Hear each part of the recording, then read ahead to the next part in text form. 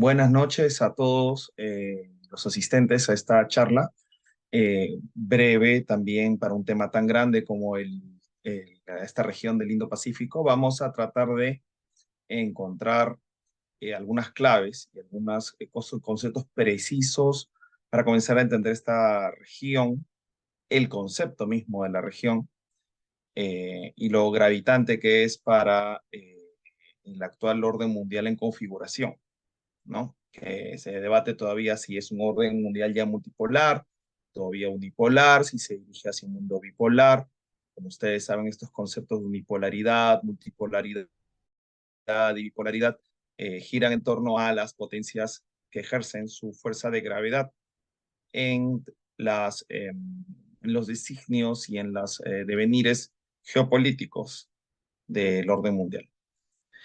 Indo-Pacífico es esta región quizá la más importante en este momento, más allá incluso de que la atención mundial se haya desviado hacia las viejas y violentas y conflictivas tierras europeas, que parece que nunca dejan de tener guerras intensas, como la que han iniciado el año pasado, en febrero del 2022, con la invasión de Rusia a Ucrania, una guerra que ya ha cumplido más de un año, eh, pero que a pesar de que ha jalado mucha de la atención mundial hacia ese punto del globo, nos puede desviar un poco de dónde está realmente sucediendo los fenómenos gravitatorios de la geopolítica actual, económica, demográfica, estratégica y hasta militarmente es el Indo-Pacífico. Y comercialmente, como no. Vamos. Primero voy a pasar a este clip solamente para un poco poner un poco de actualidad de hoy día y me avisan si escuchan, creo que se va a escuchar esto aquí. No sé si lo están escuchando. Solamente levanten la mano nomás con su chat y me dicen que sí.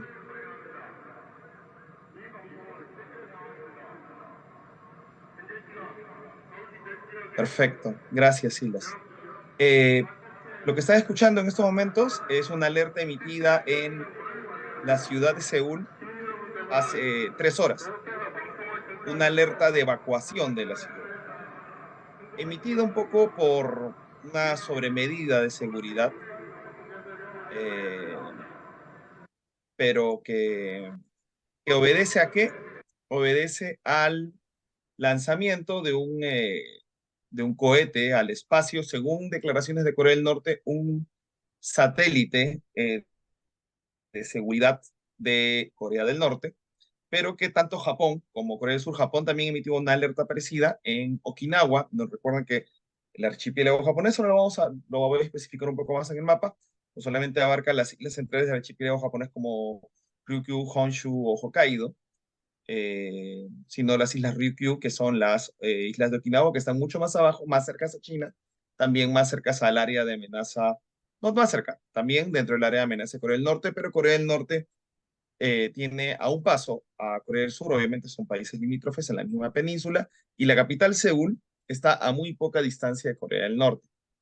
Corea del Norte es una sociedad, como ustedes sabrán, yo creo que estamos entre personas enteradas aquí, es una sociedad totalitaria y ultramilitarizada, con un culto a no solamente el líder, sino a una dinastía de líderes, la familia Kim, y que desde el acceso de el gobierno de Corea del Norte a las armas nucleares se ha vuelto un gobierno, en estado intocable para cualquier medida posible de orden multilateral de la región, ¿no? Y tienen un juego estratégico en la región como un actor impredecible, es decir, que puede amenaza o se caracteriza diplomáticamente por poder ser capaz de todo, ¿no?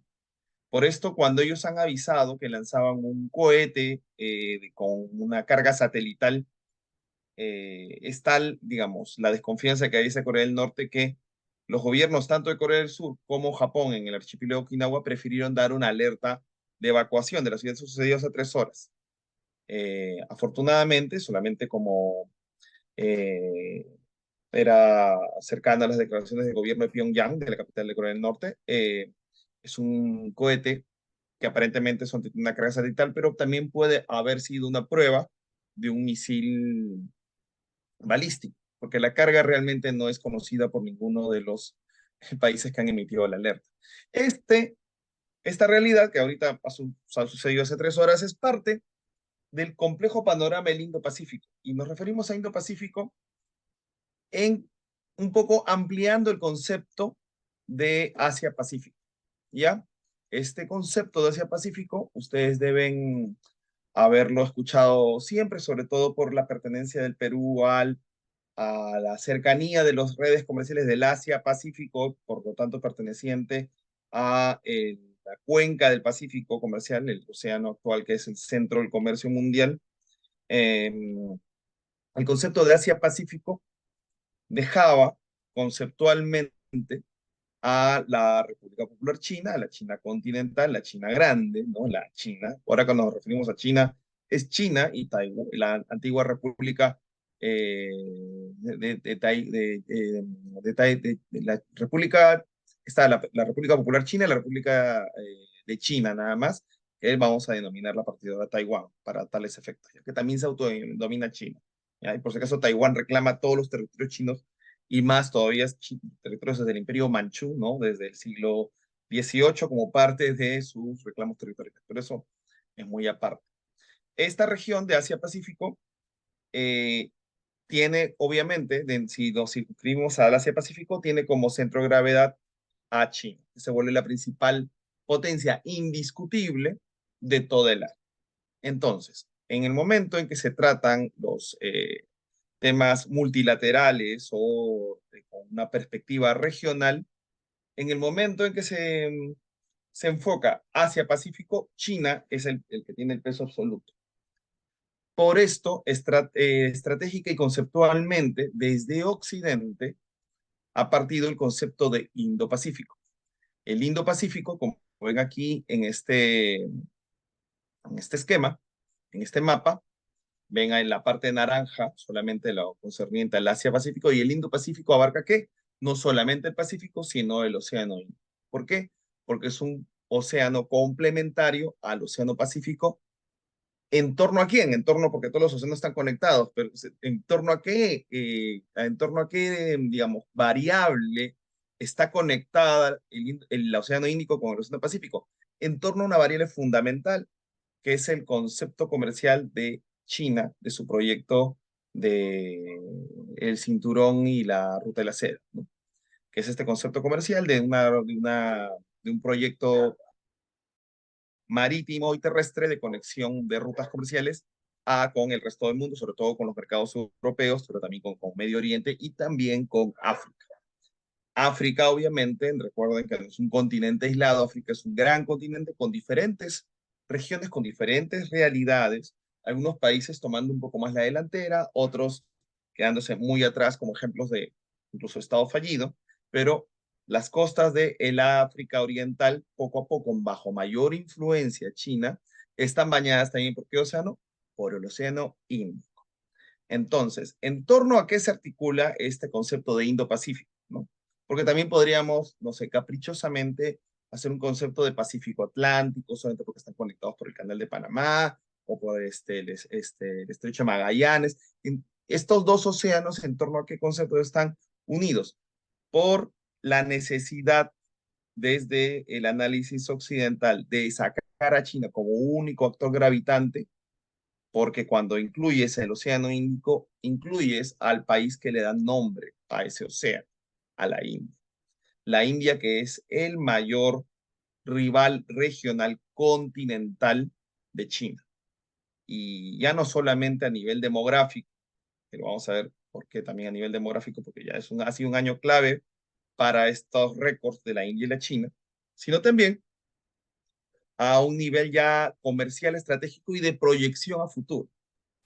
Eh, Cuando muchos analistas de mi edad o mayores que yo se han referido a la realidad de China, siempre hablaban del surgimiento chino porque nosotros vivimos en una época donde China era una potencia secundaria con respecto a las dos grandes potencias que tuvieron, digamos, el teje y maneje del orden mundial hasta el año 91, que fueron Estados Unidos y la Unión Soviética. En ese orden bipolar existió hasta el año 91, hasta la disolución de la Unión de Repúblicas Socialistas y Soviéticas. China era un actor complementario, junto con la India, que tenía un menor papel porque la India tenía un nivel de pobreza incluso mayor. La China también había pasado por unos niveles de pobreza extremos, sobre todo durante los diversos procesos de revoluciones culturales y grandes saltos hacia adelante de la época de Mao Zedong, Mao Zedong, y que posteriormente, tras la llegada de Deng Xiaoping, bajo su filosofía de que no importa de qué color sea el gato, con tal que case ratones, abandonó los dogmas del socialismo maoísta y pasó a volver a China una potencia de libre mercado con un partido único. ¿Ya? Una cosa muy particular que también es un ejemplo que irradia hacia otros países sin que China haga un proselitismo especial, ojo, sobre su sistema, pero que muchos países ven que pueden jugar a ser autoritarios y a la vez tener una prosperidad como la China, bajo un esquema de libre mercado, pero no con libertades individuales, ¿no? No es un esquema liberal, es un esquema de partido único, de corporativismo de las grandes empresas privadas y grandes conglomerados comerciales que comienzan a tener poder y comienzan a gravitar dentro de la toma de decisiones de China y que actúan corporativamente bajo un interés estatal, ¿no? Podemos discutir en ese caso, yo lo he repetido en algunas otras disertaciones, sobre si eso ya no es, porque ya el socialismo es abandonado como esquema económico, si eso no es un esquema fascista clásico, como el de los años 30, ¿no? Una orientación de un país con una identidad nacional fuerte, como la que se está fortaleciendo en China, y vamos a ver que se fortalece en la India, con un aparato privado al servicio de un interés estatal con un partido único, y últimamente otro ingrediente del fascismo con un líder que se prolonga en el tiempo.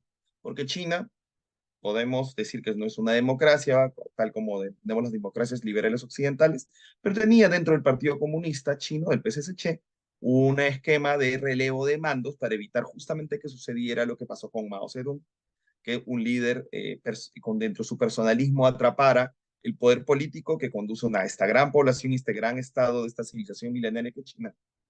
Y existía un mecanismo de relevo de poder que ha sido roto con la prolongación del poder de nuestro actual líder chino, que es Xi Jinping en nuestra época, ¿no? Este siglo, el líder chino, obviamente el más importante en lo que va de este siglo XXI, y que ha variado la orientación de China hacia otro tipo de políticas. Creo, me parece, dentro de mi análisis, dentro de no solamente el mío, sino de muchos analistas, quizá de manera natural, cuando crece un país comercial y económicamente, y ha tenido cuentas, digamos, de reivindicación y humillaciones históricas que no han sido saldadas mediante algunos procesos, a veces pueden ser cruentos como guerras o diferentes otros procesos de dominación, tiene una cuenta pendiente con Occidente con respecto a lo que China considera los siglos de humillación que tuvo bajo los tratos injustos que China consideraba, y obviamente no solamente China, sino bajo cualquier aspecto, consideraba había tenido con Occidente cuando China estuvo en un periodo de decadencia a finales del siglo XIX y durante una parte del siglo XX, donde aceptó unas condiciones eh, leoninas, abusivas por parte de las potencias europeas, y posteriormente un poco menos, no por los Estados Unidos, sino por Japón, su vecino, que también se aprovechó de su debilidad y como saben, si ustedes conocen un poquito de la historia de la Segunda Guerra Mundial, invadió a China antes del estallido de la Segunda Guerra Mundial en 1937, fue un incidente en el Manchukuo, un estado títere que era la zona de Manchuria, que actualmente pertenece a China, que en ese momento era un estado títere del Imperio japonés. Bueno, esta China a la que nos estamos refiriendo de manera, estos grandes pincelazos, es la gran potencia de lo que podríamos considerar Asia-Pacífico, pero sumamos a India, este otro país, que da, obviamente, como lo saben el nombre, al Océano Índico, y que añadiendo a China e India y analizándolos bajo el marco del Indo-Pacífico, ya no es necesario dentro del análisis otorgar un peso absoluto como pivote negociante, como pilar fundamental de cualquier orden a China, sino ya se produce en esa región una bipolaridad. ¿ya? Una bipolaridad regional en el Indo-Pacífico. Si hablamos de la región Asia-Pacífico, hay una cosa unipolar, hay un fenómeno unipolar donde China es la potencia unipolar de la región, ¿no? Sin contestación, sin rival. Si abrimos el esquema al Indo-Pacífico, que es tal cual como se está analizando, y esquemáticamente ahora se ha sumado tanto para este análisis como para el otro que vamos a tocar en este instante, el tema comercial, tenemos otra vez, repito, un orden allí bipolar regional, no mundial, ojo, no vayan a confundir, un orden bipolar regional. Si hablamos del Indo-Pacífico, las dos grandes potencias son India y China, ninguna dominando decisivamente sobre la otra. Sí, con China, con una ventaja eh, visible eh, a diversos niveles, ¿no? Pero una ventaja que, así como la ventaja en Norteamérica de Estados Unidos con respecto a China se ha cortado, la ventaja de China con respecto a la India se ha acortado también. Eso explica conceptualmente por qué se genera este concepto del Indo-Pacífico. Además, existe otro concepto del Indo-Pacífico y por eso estaba poniendo este ejemplo, jalo de los pelos del área, por ejemplo, Atlántico-Pacífico, ¿no? ¿Por qué? Porque a nivel de los océanos Índico y Pacífico cruzan las principales rutas que China está intentando asegurar en su plan de largo plazo de la seda, el Belt and Road. Ustedes sabrán, si es que también están enterados de este tema, genera un interés de China por tener puestos estratégicos en distintas partes de esta ruta que cruza el océano de China, pasa por el estrecho de Malasia y Singapur. Ustedes van a ver ahí, creo que puedo incluso dibujar acá en el mapa para que lo vean un poquito.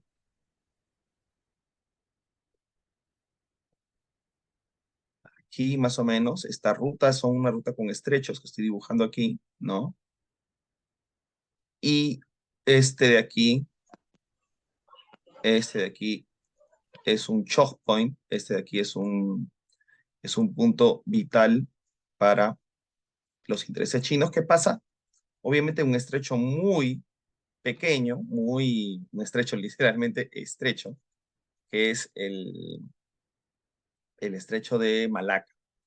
Eh, sí, a ver, voy a responder esa pregunta, Juan Manuel, en un rato, pero Japón, Juan Manuel pregunta si es que Japón es algún pilar del Indo-Pacífico. Y bueno, es un pilar importante, pero ya no, me parece, a ojos míos y a ojos de analistas expertos en la región, ya no el principal rival de China. Lo fue hasta los 80. Es más, Japón, como actor del Indo-Pacífico, era la segunda potencia económica del mundo hasta los años 80. Japón, en su recuperación económica, en el famoso milagro japonés, cuando se recupera la Segunda Guerra en los años 60 y 70, Japón llega a tener un despegue económico brutal y hasta los años 80 su curva de crecimiento era mucho más, tenía una pendiente con mucho mayor proyección que la curva de crecimiento de Estados Unidos. Tal es así que las fantasías, las ficciones, los productos literarios y cinematográficos de los 80 proyectaban un futuro a veces dominado por la cultura japonesa. La ficción de cada época te dice más o menos la realidad mundial y cómo proyectan las cosas. Hay un libro muy interesante que se llama War Stars sobre ficciones que configuran las lecturas de la realidad de cada época.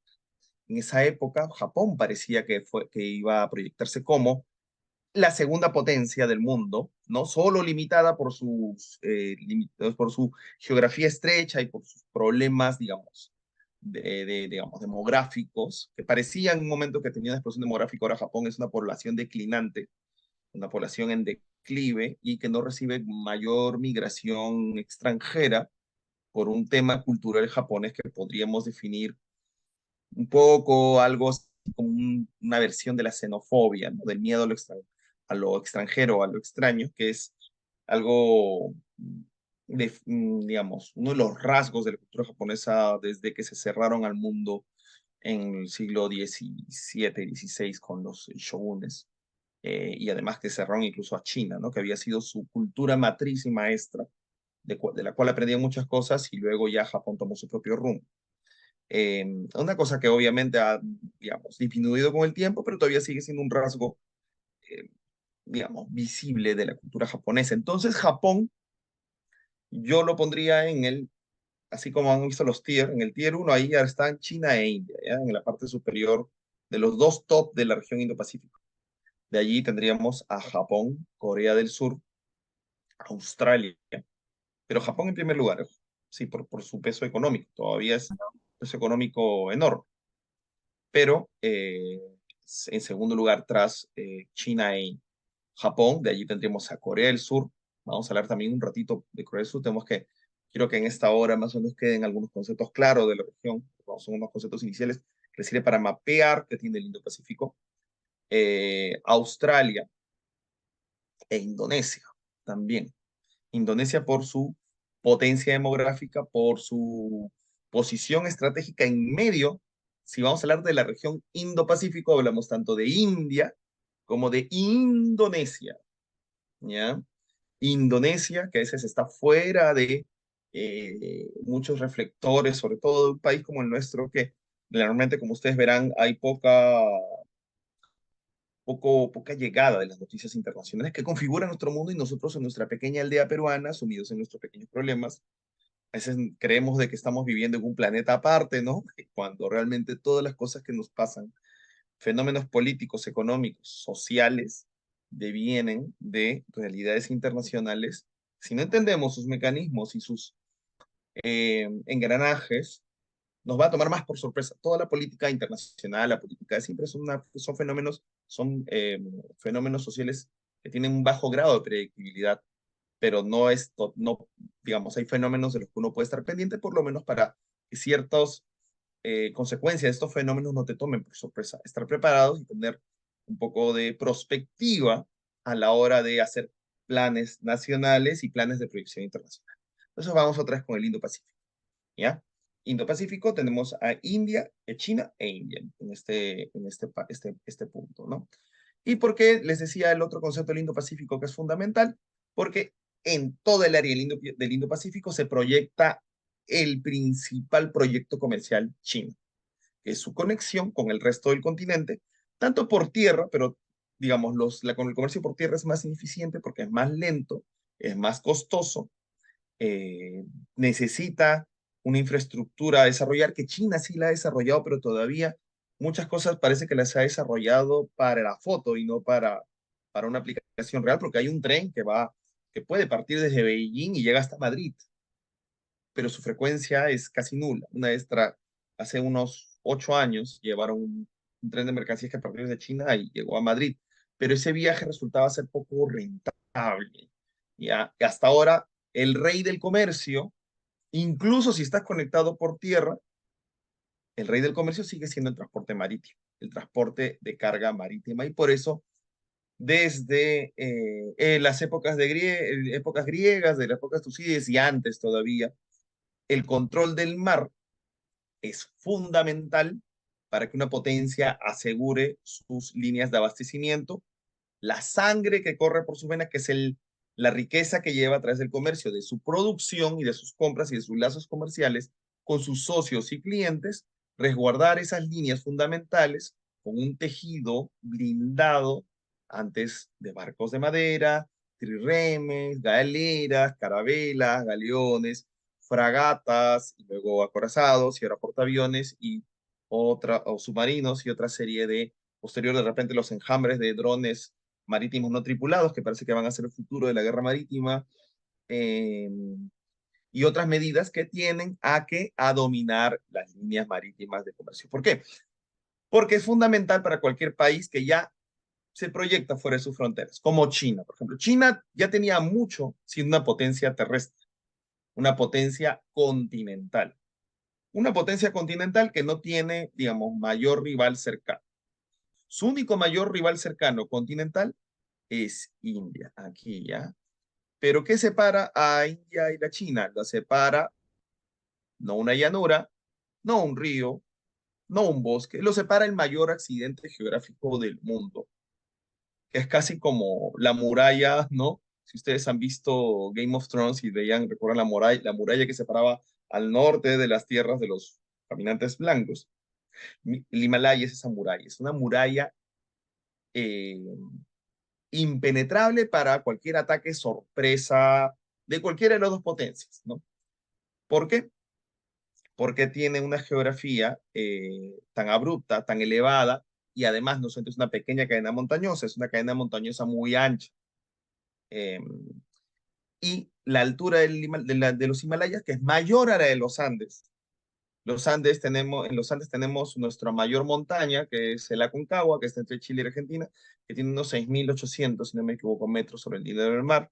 Y obviamente saben que en el Himalaya 6.800 son cerros normales, porque allí las montañas que baten los récords son el Everest o el K1, ¿no? Que llegan a los 8.700, casi 8.800, en el caso del K1 8.600 y algo. Son realmente accidentes geográficos tan, tan abruptos que China e India no es que hayan mantenido la paz porque son potencias que se dan bien. Ambos países, vamos a ver luego, si es que nos alcanza también el tiempo, la disputa de la zona entre China e India. Ambos países tienen zonas que disputan en las zonas norte para la India, la zona de Cachemira, que es la zona oeste de China, donde el antiguo imperio chino, cuando era dominado por los manchúes y antes por los Ming, por ejemplo, se había expandido, llegando hasta el Himalaya, nunca cruzando el Himalaya, porque a nivel de cruce de los ejércitos, tanto de esa época como los actuales, era un reto formidable, ¿no? Por eso China se expandió con los Himalaya como frontera, pero llegó más allá incluso a territorio de lo que fue la Unión Soviética y son las actuales repúblicas de Centroasia, sobre las cuales China está ejerciendo en estos momentos una presión interesante que ya no vamos a tocar acá porque ya nos pasamos del Indo-Pacífico al centro del Asia y tiene otra lógica. Pero esa es la actual proyección de poder China en la región. Entonces los Himalaya han impedido guerras entre India y China de manera tal que se han querido ir a la guerra ambas potencias. Incluso durante el primer año de la pandemia, el 2020, tuvieron un último choque fronterizo en los Himalayas. ¿Qué pasa con las batallas en los Himalayas? Que los soldados tienen que ir casi con respiradores, que las guarniciones, no es lo mismo mantener una guarnición en una zona a 2.000 metros o 3.000 metros que a 6.000 metros o casi 6.500. Y vaya usted a saber si hay guarniciones a 7.000 metros de altura, porque hay zonas estratégicas donde la altura es lo importante para dominar la visión del área y para dominar incluso posibles posiciones de artillería potenciales en caso de un conflicto en la zona. Eh, Se pelearon, el último conflicto fue un incidente fronterizo, donde también los guardias están de la frontera y los soldados encargados de la vigilancia de las fronteras, por una especie también de evitar un incidente, no llevan armas de fuego, pero llevan armas contundentes. Y se enfrentaron a palazos, literalmente, armados con escudos y protección corporal y con palos en el otro, o con lanzas, pero no con punta de acero, sino con un poco para empujar al rival, se pelearon uno de los conflictos más extraños, excéntricos en el 2020, entre las fuerzas fronterizas de China e India por un territorio que China domina de facto y que India reclama de jure porque es un territorio que reclaman porque allí ejerció dominio en teoría, el Imperio Británico, cuando India era colonia era colonia de la corona imperial británica. Pero los soldados se agotaban rápidamente después de darse un par de palazos, entenderán que por la altura, ¿no? Si ustedes han padecido soroche, imagínense 4.000 metros, ¿no? Si visitan Puno, ¿no? No te aclimatas bien, pues para ser soroche, imagínate que estás peleando a 6.000 metros físicamente, no disparando, sino dando palazos y resistiendo golpes en las montañas, lejos de tu área de abastecimiento, contra otro grupo humano, ¿no? Entonces, ese accidente geográfico ha impedido que China e India tengan un mayor conflicto. Entonces se evita, además, uno dice, pero profesor, pero ya no hay infantería solamente, es una época de la Fuerza Aérea domina. Vamos a ver, sí, domina un poco, vamos a ver en otro momento, me hubiera gustado tocar el tema de cómo el tema de la Fuerza Aérea en Rusia y Ucrania se contiene porque las pérdidas de fuerzas aéreas son caras en caso de que tengas una guerra de alta intensidad. Así que se limita el uso de la fuerza aérea y en el caso del Himalaya, la fuerza aérea sufre digamos, la guerra aérea sufre un problema mayor por la misma altura. Ya sé que pueden estar volando a más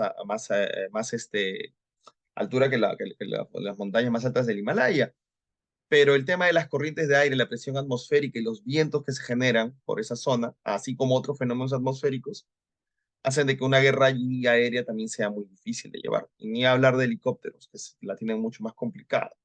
Eh, por eso incluso sobre los Himalayas, las líneas aéreas comerciales evitan volar normalmente. Podrían cortar camino por el Himalaya, pero lo rodean un poco. ¿Por qué? Porque hay más fenómenos atmosféricos que afectan la navegación aérea. Y otro país importante de la zona, ya que estamos hablando de lo indo, es Pakistán. Pakistán, más que nada porque es vecino de la India y entra en juego con China. Recuerden que China es la potencia principal, pero estamos viendo este tema, esta línea acá que les hablaba de la ruta de la seda, ¿no? Eh, Vamos a ver aquí desde la positiva actual, esta ruta de la seda que estaba dibujando aquí, una ruta marítima, el cinturón se llama, porque es el proyecto de la ruta de la seda y el cinturón, ¿no? Belt Road. Y este es el belt, ¿no? Un cinturón marítimo. Ese cinturón cruza, si se dan cuenta, por países importantes, está cerca de Corea del Sur, aliado de Estados Unidos. Japón, aliado de Estados Unidos. Taiwán, en directo conflicto con China, porque China la reclama para sí. El conflicto de China y la invasión de Taiwán, vamos a tocarlo un poco si es que alcanza el tiempo, pero ustedes quizás lo manejan, pero saben obviamente de que China reclama a Taiwán. Acá hay amenazas de que China tome en algún momento Taiwán por la fuerza en caso que desarrolle una fuerza militar mayúscula, pero hasta ahora ha habido un deterrence, ha habido una contención con respecto a los proyectos chinos de ocupación militar de Taiwán, tanto por el desarrollo militar taiwanés como obviamente porque por el sur es aliado de Estados Unidos, Japón es aliado de Estados Unidos y Taiwán está bajo la protección de Estados Unidos. Una protección difusa, ojo, a las cláusulas. No hay una cláusula clara de qué pasa exactamente si Estados, cómo debe actuar Estados Unidos si China invade Taiwán militarmente, ¿no?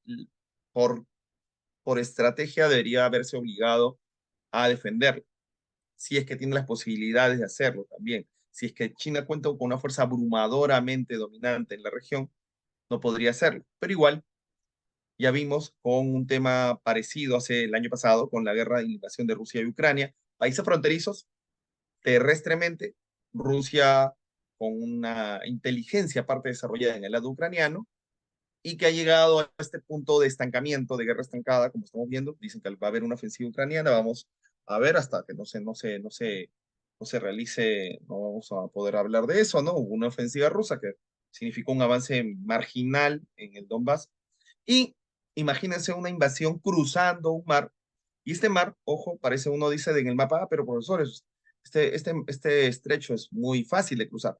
No es fácil, son cientos de kilómetros por mar que se ven acá en el mapa muy, muy pequeños, pero esos cientos de kilómetros tendrían que estar llenos, con barcazas llenas o transportes llenos de soldados para ejercer una batalla decisiva terrestre contra la fuerza de Taiwán. Y Taiwán está erizado de búnkeres y medidas anti-invasión, de contención en las playas, en las pocas playas, digamos, aptas para un desembarco, está erizado de minas y otras medidas que no sabemos bien, obviamente, porque son secreto militar taiwanés. Y Taiwán otra vez se salió de Estados Unidos. Entonces, toda esta ruta de China pasa por Taiwán. Entonces, Filipinas. Filipinas también está cerca de Estados Unidos. No es un aliado decisivo como antes lo fue. Recuerden que Filipinas también fue una ex colonia norteamericana y tiene una cuenta pendiente mixta con respecto a su ex país imperial dominador, que fue Estados Unidos. Y antes también fue colonia española, obviamente, porque Filipinas es un país de religión católica. Se habla un poco español, aunque ya el español ha menguado, ¿no? Y tampoco está en buenos términos con China. Entonces, ¿cuál otro Sí, país? Vietnam, posible, disculpen. de una vez, papi. Disculpen la interrupción, por favor, apaguen su micro si es que están con otra conversación. Eh, Otro país cercano, Vietnam. Hey, Vietnam está dominado por un partido comunista como China, ¿no es así? No hay uno de los mayores enemigos de China en la región es Vietnam. ¿Por qué? Porque por más de que parezca de que dos países gobernados por partidos únicos, y más con un sistema parecido al chino, ¿ah? Porque Vietnam también ha soltado la fuerza de libre mercado para manejar el país, ¿no? Pero Vietnam tiene una tradición fuertemente independiente, incluso desde la época donde China era el imperio medio y dominaba el Asia en el siglo XVIII. El pueblo Viet siempre fue una barrera, un estado tapón que podía ser por momentos tributario de China, pero jamás ocupado por China. Y China lanza una guerra contra Vietnam en el año 1979, lo que rompía una de las teorías de relaciones internacionales de la época, que es no puede haber guerra entre dos países comunistas. No había una teoría comunista de las relaciones internacionales que decía dos países gobernados por el proletariado no pueden entrar en guerra porque son países hermanos, amigos, etc. Y que ya se estaba un poco desgastando por la rivalidad sino-rusa entre China y la Unión Soviética que existió hasta que cayó la Unión Soviética. Y que se fue definitivamente al garete por la invasión de China a Vietnam en 1979 para auxiliar a un país cercano al maoísmo en ese momento que era Camboya. Camboya que estaba dominado por otra rama del socialismo, que era un maoísmo polpotiano, parecido al que intentó acá llevar al poder Sendero Luminoso en Perú, que quería ser tabula rasa, o sea, que quería arrasar con toda la cultura para comenzar la civilización desde cero. Uno de los mayores genocidios que ha habido en la historia ha sido el genocidio del pueblo camboyano por el gobierno de Pol Pot y el Khmer Rojo, el Partido Socialista Comunista de esa época, que dominó bajo un régimen de terror este país hasta que fueron liberados por otro país socialista, más moderado en comparación con Camboya, que fue Vietnam, que invade Camboya para liberarlo del problema de su gobernante genocida, y además porque consideraba de que había un riesgo nacional para la construcción de ese Vietnam unificado que surge después de que expulsan a los invasores norteamericanos de Vietnam del Sur. Y Camboya era un aliado de China, China invade Vietnam, y hasta ahora las cuentas entre Vietnam y China están muy, muy al rojo vivo. Tan es así. Ustedes saben, conocen la historia de la guerra de Vietnam. Vietnam es la palabra que implica derrota militar para Estados Unidos, y los vietnamitas sufrieron mucho, la población civil y realmente todo el país durante el conflicto donde Estados Unidos quería hacer esta contención de la Unión Soviética para que no se expandiera el comunismo en la península indochina, apostando mucho a prolongar el conflicto en Vietnam. Pero Vietnam ahora está más cercano a Estados Unidos que China. País socialista, bajo un gobierno de partido único, tiene una cercanía mayor a Estados Unidos y considera a Estados Unidos un socio clave comercial y militar en caso de problemas con China. Vietnam se inclinaría obviamente a hacer lo posible, sin entrar en un conflicto directo con su gran vecino y potencia militar, a que los designios chinos no corran. Entonces China tampoco puede contar con apoyo de Vietnam, que es una costa grande en toda la península indochina. Y luego está Malasia, la Federación de Malasia, que tampoco es aliada de China, tiene una relación ambigua, obviamente porque hay una presencia de China muy fuerte en los territorios malayos de inmigración china. Y Singapur, este pequeño estado-ciudad que está justamente en esta zona azul del mapa, que es en el estrecho de Malaca, por donde cruza las rutas marítimas más importantes para este proyecto marítimo de comercio de China, ¿no? Y de allí esa ruta cruza y llega a las costas de qué? De India, un rival regional de China. India, un rival regional de China, además que este año, este 2023, si han visto las noticias, se deben haber enterado y si no, se los informo. Cuando ustedes hablan de que el país más poblado del mundo es China, hagan un update, hagan una actualización a su conocimiento, porque en este año la India sobrepasó. Ya se había sobrepasado según algunos esquemas del año pasado la población de China, pero ahora objetivamente, bajo todos los esquemas, India tiene más población que China, por lo tanto, India es el país más poblado del mundo y va a ser el país más poblado del mundo por mucho tiempo, todavía hasta que los países africanos lo superen, que son los que tienen un crecimiento demográfico con una pendiente mucho más pronunciada.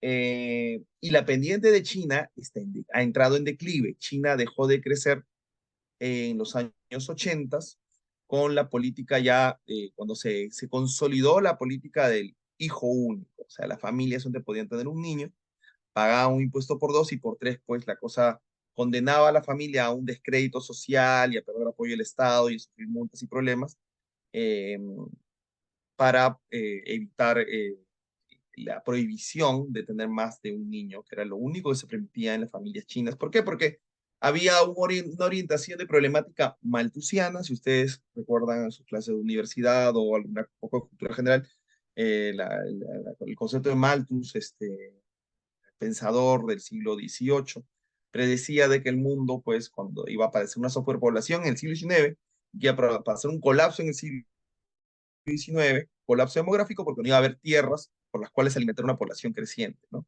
Y que hubiera pasado eso de no haber pasado una revolución agrícola, de la que poco se habla, que magnificó y aumentó la productividad de cada hectárea en varias decenas de veces. Así que con poca tierra pues, tú puedes ser muy productivo. Pero aún así, China enfrentaba un problema demográfico enorme, un manejo de una población numerosa a la cual la promesa del comunismo intentaba dar un bienestar mayúsculo. Entonces, para cumplir esa promesa de la utopía comunista y socialista, no podían repartirse la riqueza entre tantos chinos, y si la población china crecía demasiado, pues iba a ser un problema para esta riqueza que se considera limitada, y además que venía de una época donde China era un país muchísimo más pobre. Ahora China es un país rico, aunque todavía no alcanza los niveles de Europa o Estados Unidos, Australia o Japón en riqueza per cápita, pero es un país rico a nivel de Producto Interno Bruto, a nivel de comercio, a nivel económico, y habría más riqueza que repartir, pero la tragedia es que las familias chinas, para la tragedia demográfica para ellos, las familias chinas se han reducido y ya no existe una pirámide poblacional, sino existe un rombo. ¿Qué significa el rombo? Que la parte de en medio del rombo es la parte donde alcanzó su mayor auge, su mayor crecimiento la población, pero la siguiente parte, los niños que nacen, tienen menor cantidad que la parte más ancha del rombo poblacional. Significa que cuando este rombo pase su edad productiva, que en estos momentos es la edad productiva de esta parte más ancha del rombo de la mayor parte de la población china, su mayor, digamos, capital humano está en la edad productiva que ya comienza a llegar a los 40 años. En 20 años ya tendrán 60 y en 25 años pasarán a ser a pertenecer al sector de la tercera edad, con menos productividad, en algunos casos, digamos, recibiendo pensiones del Estado, y esas pensiones, que ahora, digamos, son trabajadas por esta fuerza laboral demográfica mayúscula de esta época de oro demográfica y económica china, van a pasar a ser, digamos, producido esta riqueza para generar las pensiones y el bienestar de la tercera edad por un sector poblacional mucho menor. Y China no recibe inmigración, a diferencia de Estados Unidos, donde ha existido un declive demográfico de la población anglosajón blanca, los WASP, bueno, la población blanca en general de norteamericana, pero que se ha visto compensado por la inmigración latinoamericana, por el aumento, aunque cada vez menor, de la población afroamericana, por un poco de inmigración de todos los países también, porque también hay inmigración de Asia, de Europa todavía, de África también. Así que Estados Unidos ha compensado ese decrecimiento demográfico con la inmigración y está generando, me parece hasta ahora, por más de que haya declinado el pueblo norteamericano por los años 50 del siglo XX, genera una realidad curiosa o sea, antes se le decía el crisol de las culturas. No es un crisol de las culturas, sino las culturas comienzan a tener problemas identitarios, que ya pertenecen a otro debate. Si entramos ahí ya vamos a otra clase, problemas identitarios que configuran la política actual y definen extremismos y definen posiciones en torno a las cuales se definen posiciones políticas que se alimentan de diversos debates y diversas posiciones contradictorias y contrapuestas con respecto a la identidad.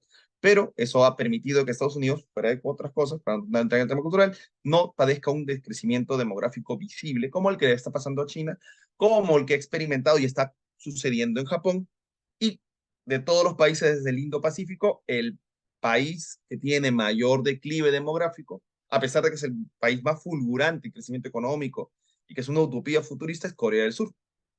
Corea del Sur va a ser es el país con la menor tasa de natalidad del Asia.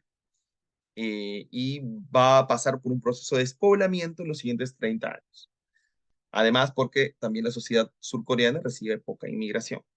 La única salvedad que podría suceder de eso sería una unificación con Corea, ¿verdad? Que tiene una tasa demográfica un poco mayor, pero no tan declinante como la surcoreana, solo que está en otra realidad social, son una sociedad muy, muy, muy pobre, miserable, diríamos, a nivel de ingresos, sobre todo comparado con su vecino del sur, con Surcorea. Estas son las realidades demográficas contrapuestas en la región, ¿Y qué implica demografía? La demografía implica de que esa población potencialmente bajo un gobierno medianamente ordenado y bajo un proyecto nacional llevado a cabo, sirve de motor laboral para poder aumentar la productividad, aumentar la economía, aumentar el bienestar, etcétera, etcétera. Pero recuerden que este año, o entre el año pasado y este año, ya son cosas que se estaban cultivando desde ese tiempo y ahora ya son más visibles. La inteligencia artificial ha entrado a tallar. Así que también esta parte demográfica la vamos a dejar un poquito así entre líneas, ¿no? China, para un poco terminar este tema del Indo-Pacífico, pasaron algunas preguntas y si no, cierro con algunos conceptos complementarios para terminar esta introducción a la región. China mantiene una ventaja sobre su cercano rival bipolar, la India, una ventaja, como pongo acá en la diapositiva, económica, industrial, militar y tecnológica. Económica por el tamaño de su economía, por el tamaño de el comercio que mueve, por sus lazos empresariales, corporativos, financieros también en la región, ha vuelto un gran prestamista, no solamente en el Indo-Pacífico, sino en el mundial, o la Argentina o la Venezuela. Bueno, pronto China va a descubrir lo buen pagador que es Argentina de los préstamos que le hacen. Se dice que hay en garantía algunas zonas de Argentina o algunos assets argentinos, pero vamos a ver hasta qué punto Argentina también permite eso, ¿no? Tiene una ventaja industrial porque las industrias chinas son las mayores en este momento del mundo, son la fábrica del mundo y a nivel, por ejemplo, industrial, complejo industrial militar, vamos a un poco a lo militar, pero antes de eso, una de las lecciones de la guerra ruso-ucraniana ha sido de que el mundo en lo general, como abandonó el paradigma de las guerras convencionales y después del fin de la Guerra Fría y el comienzo de las amenazas asimétricas que iban a ser el futuro, que ya no lo son, las amenazas asimétricas del terrorismo, el narcotráfico, porque ya el mundo estaba en paz y lo único que quedaba era acabar con los islamistas radicales y con el narcotráfico y con grupos extremistas que generaban una amenaza asimétrica, por lo tanto la guerra convencional se había quedado obsoleta, por lo tanto muchas fábricas de municiones y de armas convencionales cerraron y la guerra de Ucrania ha demostrado de que se puede consumir la cantidad de municiones de un país, por ejemplo, como Francia, en 3 o 4 semanas de guerra, ¿no? Ucrania tenía una mayor cantidad de municiones guardadas de la época soviética y obviamente también se había armado después de la invasión de 2014 ante un futuro conflicto que sucedió de la invasión rusa en 2022, pero en caso de guerra Occidente, sus fuerzas industriales están más apagados porque todo se hizo outsourcing a China. Cuando se produce la Segunda Guerra Mundial y Estados Unidos entra a la guerra, Estados Unidos era la fábrica del mundo. Y lo que hacen es una transformación industrial de sus fuerzas industriales, obviamente, de sus fuerzas productivas, mecánicas, mecanizadas, de sus cadenas de producción a la producción de armas. Y las armas se destruían en grandes cantidades en la Segunda Guerra Mundial, así como vidas humanas, obviamente. Pero en este momento ya no es el caso. En caso de que sucediera una guerra, por ejemplo, con China desde Occidente, mucha de la alta tecnología occidental podría entrar a tallar, pero quizá no sería decisiva. Ante lo que hemos visto es el duelo de la cantidad de munición convencional que sucede en un duelo de artillería, por ejemplo, ¿no? O en un duelo de tanques, o en un duelo, por ejemplo, de morteros, incluso de infantería eh, equipada y las fuerzas aéreas tienen sus momentos y sus chispas para ataques relámpago, pero también luego se tienen que guardar porque la pérdida de un asset aéreo es costoso para un país. Entonces, las fuerzas industriales están en China, también están en desarrollo en India, pero en estos momentos China mantiene una ventaja económica, industrial y militar. Y en estos momentos la flota china está a punto de ser la más grande del mundo, si ya no lo es, y comienza a opacar a la flota norteamericana. Quizá no en calidad, pero en cantidad. ¿Y cuál es la otra ventaja de China allí? Que China no necesita mantener su flota en todo el mundo como si lo necesita Estados Unidos por su papel autodenominado de policía mundial o de garante de la seguridad mundial en ciertas regiones que le conviene tener a Estados Unidos mantener hace de seguridad y mantener la paz en algunas zonas porque es conveniente para el comercio. Y evitar que surja una potencia regional que la eclipse, que ya está surgiendo y no puede evitar que China lo haga. Y esa cantidad de digamos, de unidades de superficie de flota, tiene que estar repartidos en distintos lugares del mundo, y China solamente necesita concentrarlo en el mar de China, donde su paso natural a seguir sería conseguir Taiwán, ¿no? Conseguir Taiwán será proyectado China siempre para tocar un poco el tema de Taiwán antes de terminar esto. Se lo ha proyectado conseguir por las buenas, mediante soft power, mediante poder blando, mediante influencia, mediante jalar a Taiwán a su redil por las buenas para que Taiwán entre en una unificación maravillosa con China. Un ejemplo que estuvo todavía en la agenda taiwanesa, con algunos, digamos, supporters, con alguna gente que lo apoyaba, pero que tras la absorción rápida de Hong Kong, otra región pequeña de China que estuvo en manos de los británicos y que tenía un sistema democrático, y que cuando el Reino Unido, digamos, por el tratado que había firmado en el siglo XIX con China, lo devuelve a China, China se comprometió a respetar las instituciones democráticas de Hong Kong hasta el 2030, cosa que ya no lo hizo porque en el año 2019-2020 barrió, se cansó de las instituciones libres hongkonesas que cuestionaban a Xi Jinping, y simplemente Hong Kong pasó a tener el sistema chino autoritario sin muchas de las instituciones democráticas liberales heredadas de el Reino Unido y obviamente también de la época, recuerden que fue una colonia del Reino Unido, ¿no?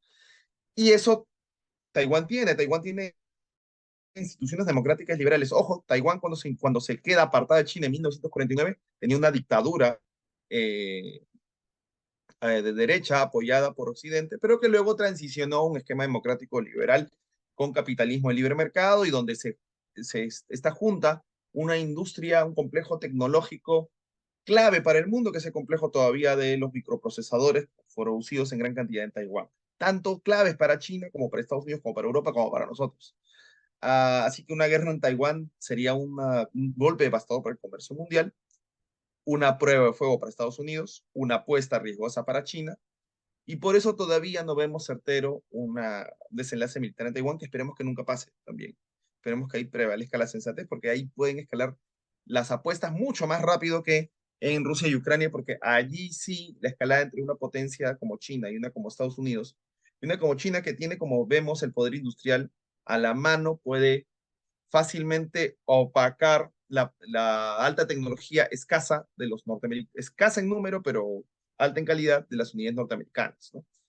Para terminar, India a la vez tiene otro tipo de ventajas, que es una versatilidad de alianzas. India se lleva bien con Estados Unidos, y a Estados Unidos le conviene el desarrollo de India. Incluso se habla, leí hace poco un artículo en Foreign Affairs sobre que conviene a Estados Unidos apoyar la militarización y los proyectos militares en India para mantener ocupada y distraída a China, que no centre todos sus esfuerzos en un conflicto en el mar de China con Taiwán, sino que se preocupe de la frontera india, ¿no?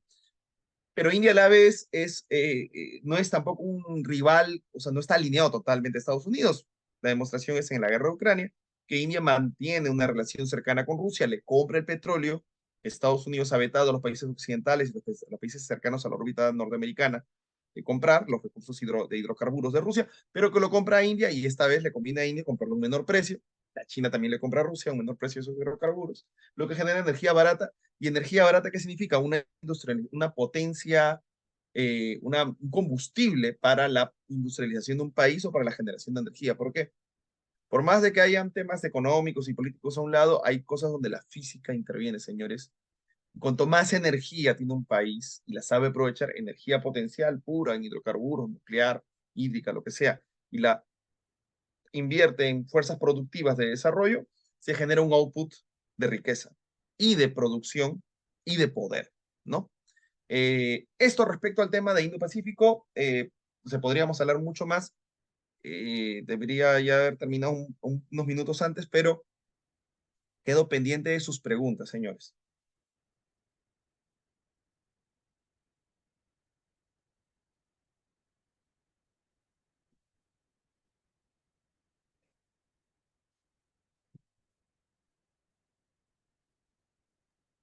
Pero, profesor, que quedó todo claro, ¿no hay preguntas? Creo que Quizás hay una alguien quiere pregunta escribir. de Juan Manuel. ¿Cómo está, Juan Manuel? Sí. Adelante. ¿Qué tal, profesor? ¿Cómo está? Un ¿Cómo gusto. está? Muchas gracias por la exposición. Quería consultarle cuál es la postura actual y cuál es, según su experiencia, la postura respecto a la política exterior que debe tomar Perú con respecto a China, Estados Unidos e India, ¿no? Cómo se debe Ujú, mover estratégicamente en función de sus intereses, ¿no? Los intereses nacionales.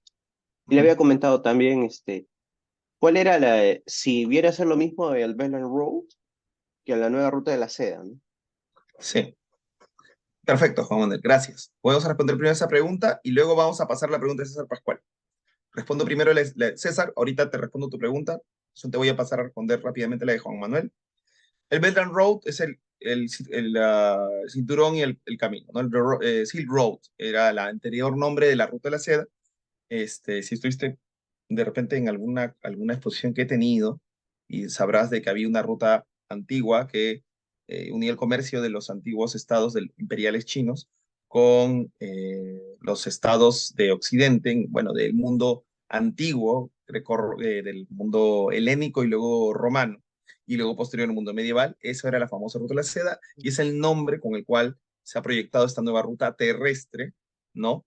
Pero que se ha incluido dentro de un complejo proyecto complementario con el famoso cinturón, que es en las rutas marítimas, y las rutas marítimas que necesitan no son de barcos, sino puertos. Con respecto a la posición peruana, ¿no? Obviamente es mi posición, ¿no? Pero con respecto a lo que lógicamente podría devenir nuestra posición tradicional con respecto a las relaciones exteriores, nuestra posición tradicional nunca ha sido un tema de alineación beligerante.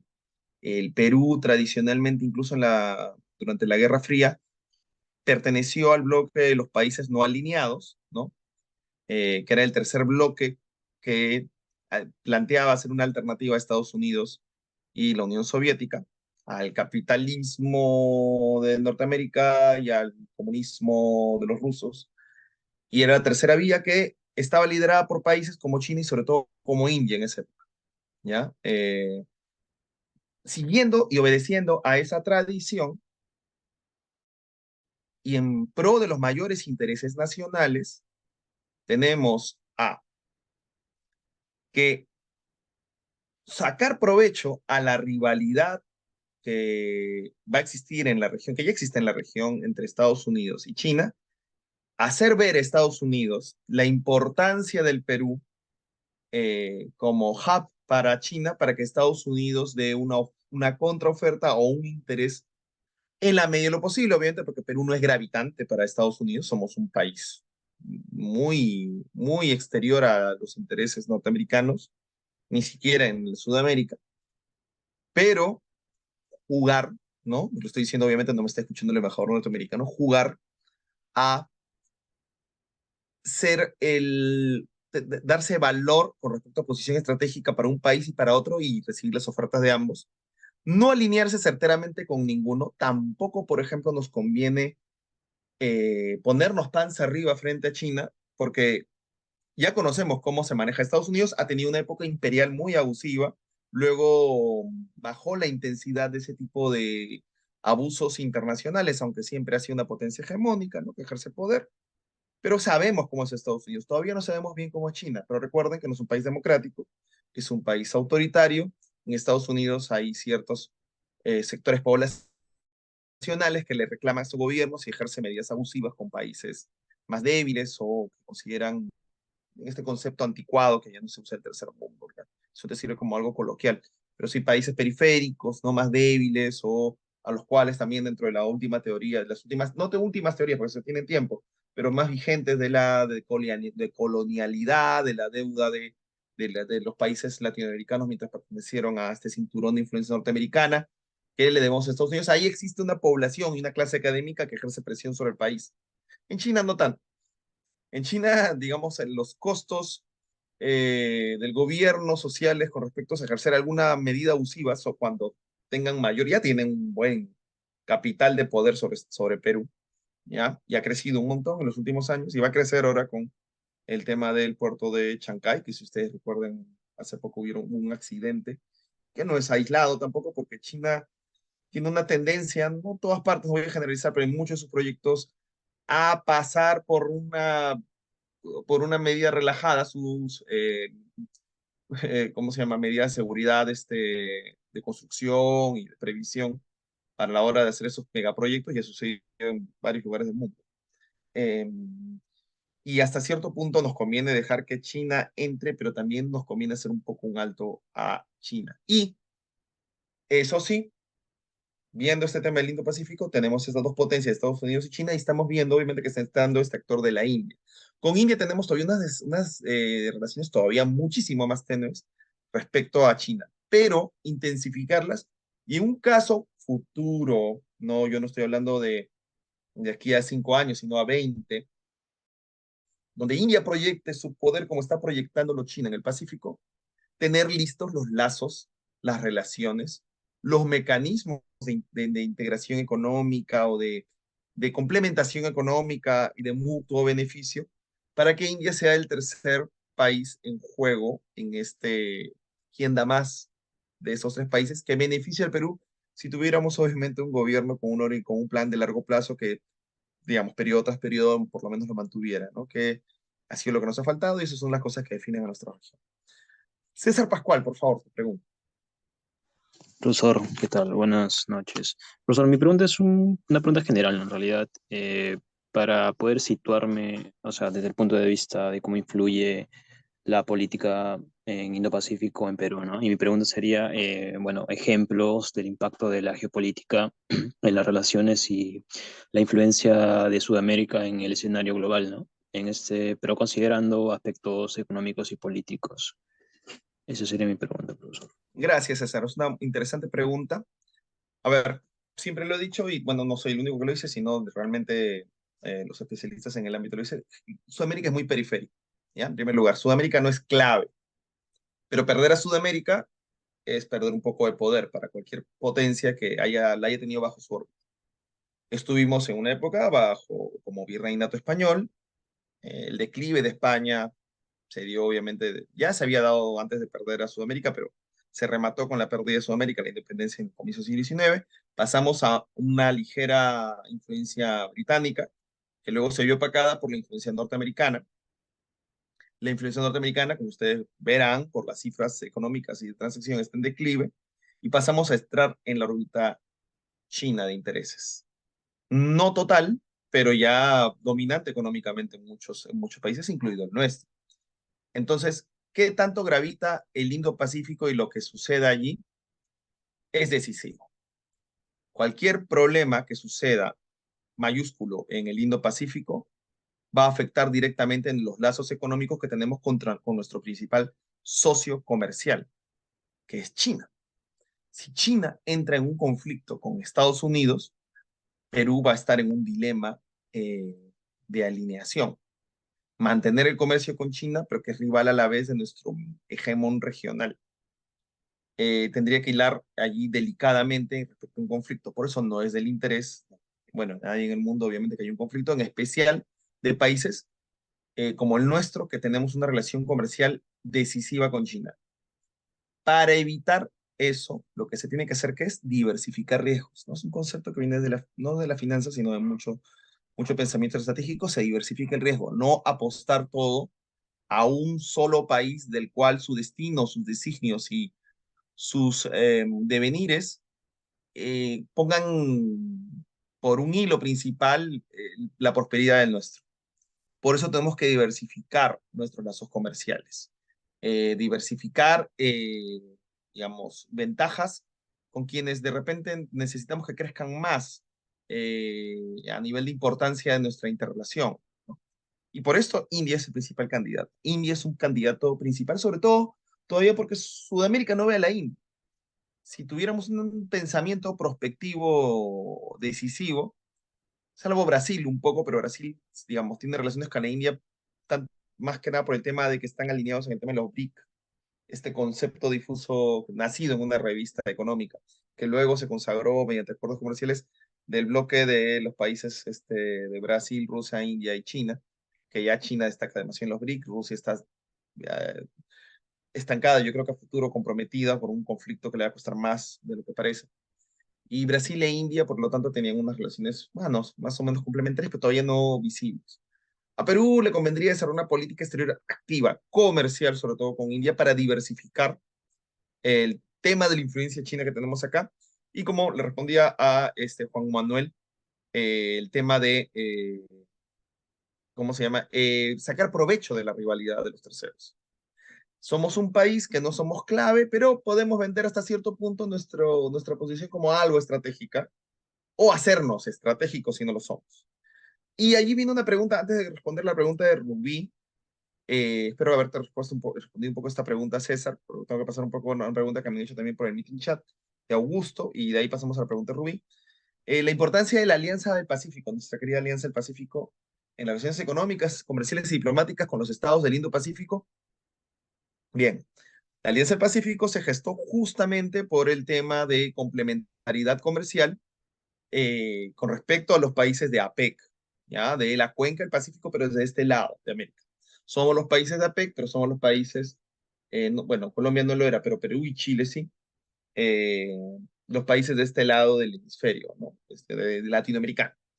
Y en el momento en que Alan García, porque Alan García fue el que se le ocurre la iniciativa de la Alianza del Pacífico, al César lo que es del César, con sus problemas y todo, Alan García fue el de la iniciativa de la Alianza del Pacífico, vio un estatus de convergencia entre en ese momento, los gobiernos y la visión económica de estos cuatro países, que estaban orientados a propiciar libertades económicas, lo que nuestros amigos de izquierda llaman neoliberalismo, que es un concepto un poco difuso, debatible también, sirve para algunas cosas, para otras no, pero países orientados a una mayor libertad, a mayores libertades económicas, a menor presencia del Estado en la economía, y a tratados de complementación económica e integración económica como los que tenía Chile o Perú con los Estados Unidos, ¿no?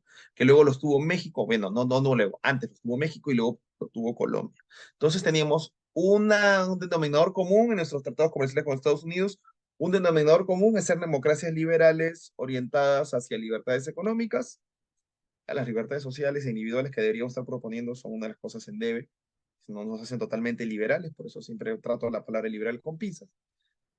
Y eso nos orientaba hacia el espacio, sobre todo del Asia-Pacífico. Y ahora, como hemos visto, que se amplía el concepto de Asia-Pacífico a Indo-Pacífico para incluir a la India en la ecuación y que China no tenga el peso total en la misma negociación en un espacio Asia-Pacífico. Por eso nos interesa a nosotros, a los países del Alianza Pacífico, que India sea el otro actor. Y nos interesa forjar este espacio Indo-Pacífico también para no vernos sujetos a los caprichos y designios de los cuales tendríamos que bajar la cabeza un poco de cualquier cosa de condiciones que ofrezca China. Así como hemos intentado evitarlo en un pasado, a veces infructuosamente con los Estados Unidos, no queremos repetir el plato con China, por lo tanto tenemos que diversificar relaciones. Pero ¿qué pasa? Ustedes sabrán que la Alianza Pacífico es otro proyecto más de integración que pasa por crisis, como la pasó de Luna Sur, ¿no? Que en estos momentos intenta resucitar Lula, pero es un hechizo de necromancia porque Luna Sur es un cadáver, me parece. O sea, va a resultar un poco Lula, pero realmente las ambiciones de UNASUR han sido muy altas, a menos que haya una visión realista de los objetivos de UNASUR, va a quedar un UNASUR con muchas metas y pocos logros, que es lo que lo llevó a su caída hace unos años.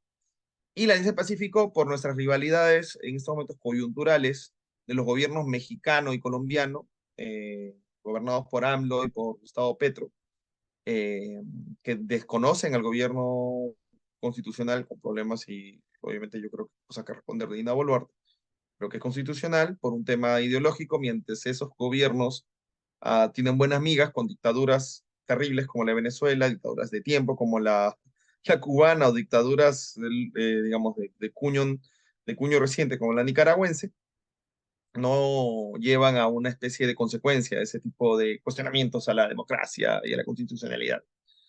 Y esa línea que no comparte Boric, ojo, hoy día Boric habló en la reunión que han tenido en Brasil con respecto a la convocatoria de Lula de diversos presidentes, donde no ha ido Dina Boluarte, pero donde está Luis Lacalle, ¿no? Está Petro, está Maduro, Nicolás Maduro. eh, Se ha separado un poco esa línea, por más de que Boric sea un gobierno también de izquierda, es una izquierda más institucional, más democrática, menos caudillista que la de Petro o la de AMLO, pero ese conflicto entre México, Colombia, con Perú y con Chile un poco en entredicho, que no quiere enfrentarse demasiado a sus digamos, congéneres de izquierda, pero tampoco quiere faltar a la consecuencia, ¿no? De apoyar un régimen democrático, ¿no? Y con el que tenemos una relación comercial muy intensa. Nuestro socio comercial Chile ha aumentado un poco de importancia con el tiempo dentro del ámbito de la Alianza del Asia-Pacífico.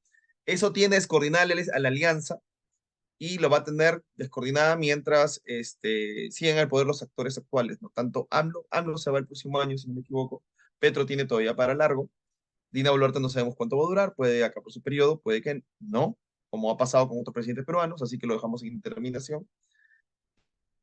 Y eso ha mermado el peso, ya de por sí que intentaba construirse la Alianza Pacífico, que era un proyecto que caminaba, porque era menos ambicioso que la UNASUR, estaba basado ya en cosas logradas, no en cosas por lograr, y sobre esas cosas logradas estaban logrando metas comerciales de integración poco a poco, pero estamos en un momento de parálisis de la organización internacional, por lo tanto en estos momentos no pesa mucho en el Indo-Pacífico, no es un actor relevante, si estuviéramos construyendo la Alianza Pacífico como deberíamos estar en ese camino, pero no. Ya, finalmente la pregunta de Rubí, para terminar. Buenas noches, profesor. Un gusto verla Buenas después de... noches, Rubí. Buenas Profesor, mi noches, Rubí. pregunta tiene que ver, por ejemplo, hace un tiempo atrás se vio en las noticias, bueno, en las noticias que estuve leyendo, de que China se estaba acercando al Medio Oriente y que había logrado, pues, tener conversaciones de relaciones comerciales con Arabia Saudita e Irán, algo que era, pues, épico, ¿no? Ya que estos dos países se encontraban en conflicto. Ujú. Quisiera saber qué tan sensible es el Perú en el aspecto geopolítico frente a esta alianza. Si tiene algún impacto, ya sea económico o de relaciones diplomáticas, etcétera. Gracias, Rubí. Bueno, esta mediación que ha hecho China entre la rivalidad iraní, árabe-persa, en realidad es una rivalidad histórica. Los pueblos podrán compartir el marco de la religión del Islam, pero son tendencias opuestas del Islam, la suní, de los árabes principalmente, y la chií, asentada en el pueblo persa, e históricamente el pueblo persa es muy distinto del árabe.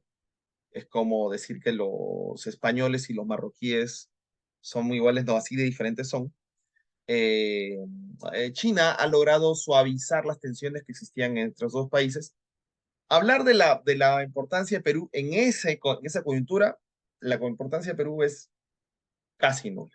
¿Ya? Digamos que es una coyuntura justamente de Medio Oriente con estos países, pero la importancia de esos acuerdos ponen a China como un actor gravitante de la diplomacia mundial, que también lo está intentando hacer en el conflicto ruso-ucraniano, pero lo ha puesto en este conflicto de Medio Oriente, donde Arabia Saudí se ha alejado de su alianza tradicional con Estados Unidos, porque ha pesado ya mucho más, obviamente, el tema de derechos humanos en Arabia Saudí, y también Arabia Saudí ya dejó de ser tan necesario para Estados Unidos desde que Estados Unidos logró cierta independencia energética usando el fracking, usando las técnicas de exploración subterráneas nuevas de obtención de hidrocarburos. Por lo tanto, ya Arabia Saudí no era su grifo necesario de petróleo, sino ya era un aliado regional no tan vital. Por eso esto se ha visto reflejado en las relaciones cada vez más distantes de Arabia Saudí con respecto a Estados Unidos, yendo por su propia línea y además acercándose a China, la otra potencia regional, que sí necesita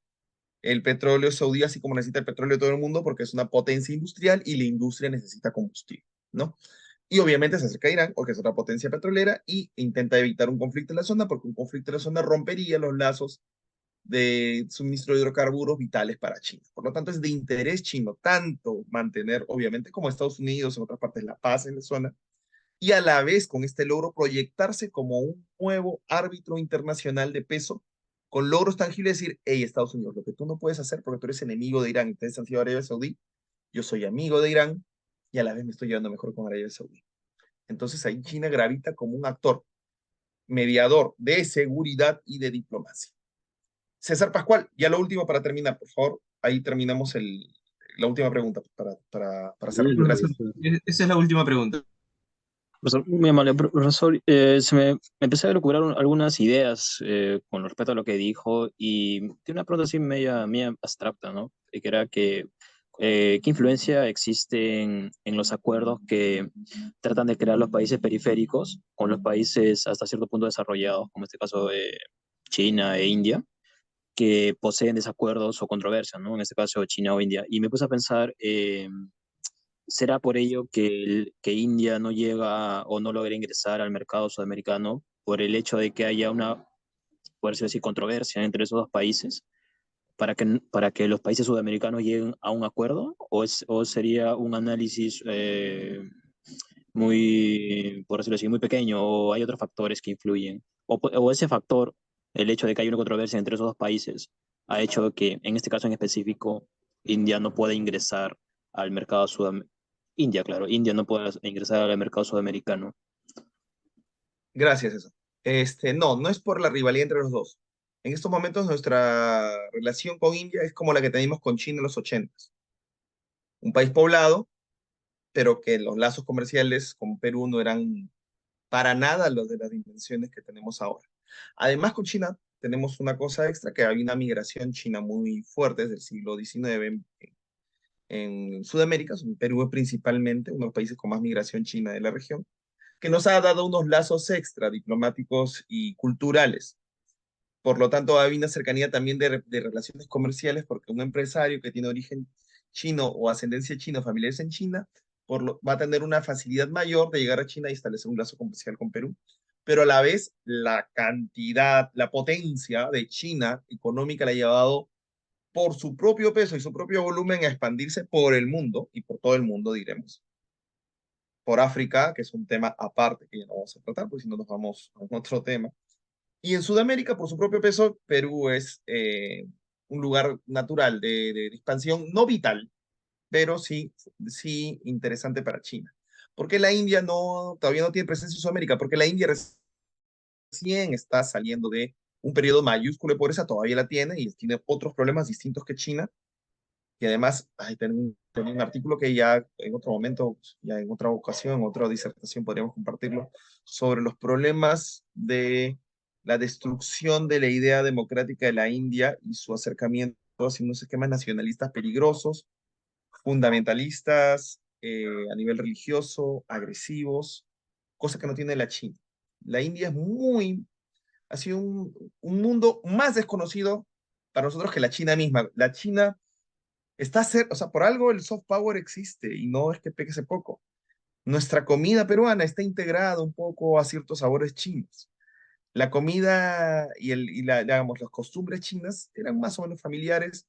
Si es que uno estaba en el centro de Lima y veía la calle Capón, la migración china se abrió y se complementó con la población peruana, cosa que no pasó con la India, porque la India no ha tenido mayor cantidad de migrantes en Perú, donde el lugar de mayor cantidad de migrantes de Sudamérica, de los indios, son tanto Guyana como Surinam, que recibieron mano de obra india cuando eran colonias de Inglaterra, del Reino Unido y de Holanda, respectivamente, Guyana y Surinam.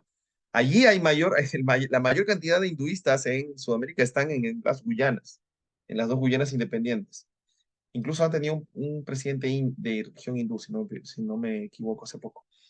Y Guyana está pasando por un crecimiento explosivo económico, un crecimiento anual de 30% por unos yacimientos que han encontrado, pero como es una población pequeña, impacta mucho en el PBI per cápita, ¿no? Pero sí, la pregunta es esa sería la respuesta. Con respecto a la parte más abstracta, más de si nos integramos los países periféricos con respecto a las potencias centrales, sí es la idea de toda la vida, ¿no? Se intentó con el movimiento de países no alineados, pero nos hemos quedado en la periferia por algo también, porque a veces no coordinamos bien, ni siquiera dentro de nuestros propios países, la política de largo plazo, con una visión mínima y unas metas, digamos, esenciales, de no salir. La Cancillería sí ha tenido esa visión, pero la política nacional no acompaña eso. Entonces se quedan con visiones más mínimas, la Cancillería mantiene ciertas tradiciones, ciertas visiones, ciertas posiciones que se ven retadas en estos momentos por la coyuntura regional, ¿no? Estamos en un momento complicado para las relaciones internacionales de Perú, las verdades sean dichas. Pero, y coordinar entre nosotros, imaginemos, coordinar con quiénes necesitamos coordinar a un ámbito mínimo esencial para hacer un bloque. Con la Alianza del Pacífico. En estos momentos La mitad de nuestros enemigos diplomáticos están en la Alianza Pacífica, enemigos, entre comillas, regionales, ¿no? AMLO hace poco incluso pidió cerrar relaciones económicas y comerciales con el Perú, cosa a la cual la Cámara de Comercio mexicana se opuso y dijo, no podemos romper los lazos con un país con el que tenemos una relación comercial de siglos como el Perú. O sea, realmente están en manos de personas que lamentablemente son poco aptas para su país y poco aptas para nuestros intereses nacionales también. Señores, muchas gracias por su atención. Nos hemos pasado casi una media hora de la hora de finalización de la charla, pero creo que las preguntas lo meritaban. Muchas gracias por su Bien, atención y muchas espero gracias, nos vernos en profesor una próxima Andrés. oportunidad. Gracias. Bien, gracias.